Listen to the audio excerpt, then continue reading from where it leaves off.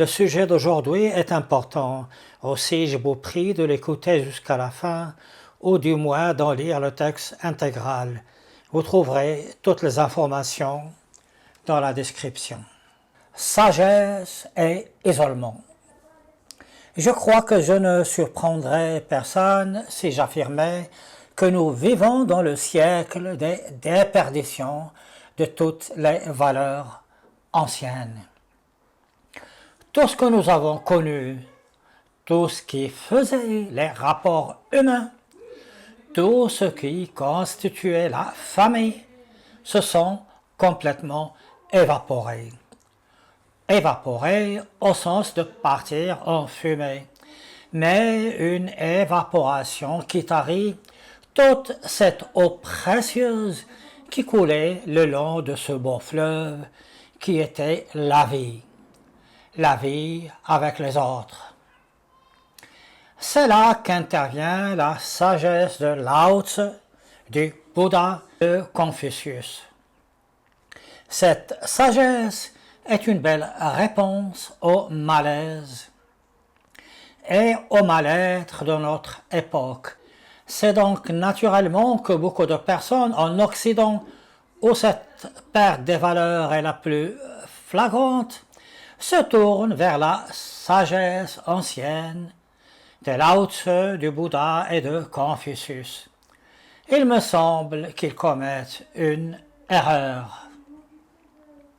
Dans leur vision, ces personnes s'enferment dans la sagesse ancienne pour éviter la compagnie des autres.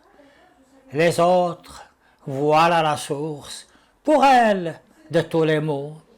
La sagesse, la méditation qui l'accompagne, se transforme en philosophie de solitude et de détachement.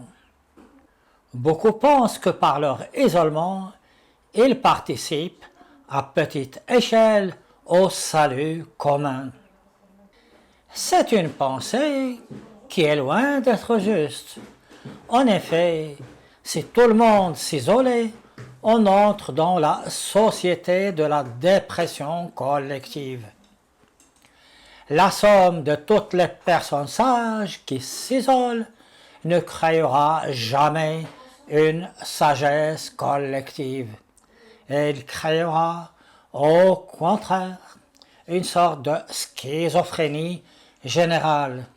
Beaucoup d'adeptes du Bouddha, de Confucius ou de Lao Tzu n'ont qu'une conception superficielle de cette sagesse, celle qui leur sert de compensation à leur malheur. Les sagesses anciennes et antiques, au contraire, nous préparent à la lucidité et à la sérénité de la vie en commun et de la vie au quotidien. Cette sagesse ancienne et antique montre le chemin à prendre pour affronter les autres avec équanimité. Cette sagesse ne demande pas d'être des surhommes ou d'être au-dessus de la condition humaine. Elle conseille avant tout et surtout la simplicité dans les relations avec les autres, la simplicité dans la relation avec la famille. C'est ce qu'on appelle une morale active.